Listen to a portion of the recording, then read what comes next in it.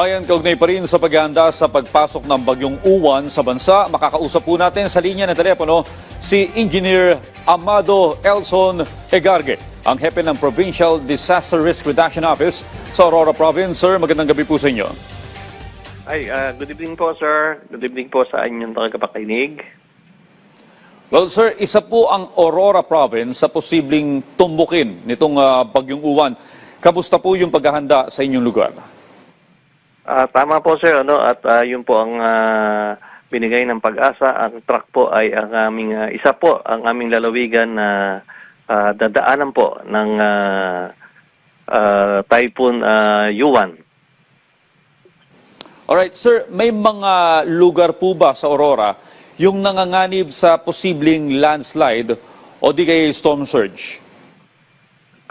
Mayroon po, ang lalawigan po ng Aurora ay may 8 munisipyo at isa lang po yung aming bayan, yung Maria Aurora, ang wala pong coastal line.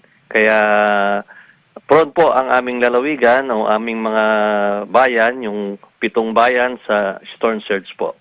Well, sir, Sunday po inaasahan darating itong bagyong Uwan. Magsasagwa po ba sa araw ng Sabado ng preemptive evacuation? Yes po. Mas maganda po, mas maaga. Kaya bukas po ay magkakaroon na po ng preemptive evacuation. Okay, ano po yung mga pangunahing kailangan ng inyong lalawigan para matiyak yung kahandaan po sa pagpasok nitong bagyong Uwan?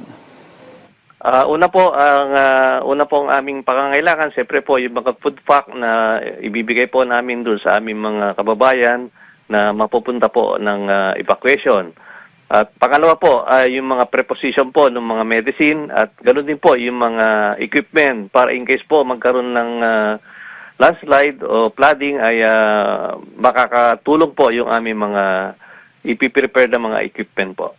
Well, sir, sapat naman po ba yung inyong mga tauhan sa emergency response? Halimbawa na lang po kung meron po kayong sapat na mga rescuers?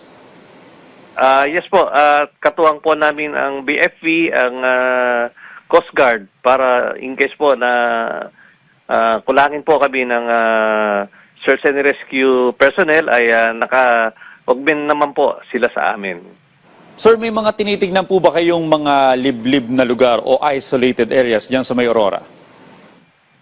Yung pong parteng po ng San Luis, yung tinatawag pong Dibut, Dicapinsan, yan po yung mga area po na talagang malapit po sa daanan po ng truck po nitong mga bagyo po dumarating po sa amin. Bilang panghuli, sir, ang inyo pong paalala sa inyong mga kababayan dyan? Sana po ang paalala po sa aming mga kababayan ay mag-antabay at sumunod po sa mga binibigay pong direktiba ng ating mga punong bayan, punong barangay at mga LGU para maiwasan po natin yung mga ng mga casualty at siyempre yung mga maleser po yung ating mga ari-arian, mabawasan po yung pagpinsala po. Well, maraming salamat po, Engineer Amado Elson Egarge ng Aurora Province PDRRMO.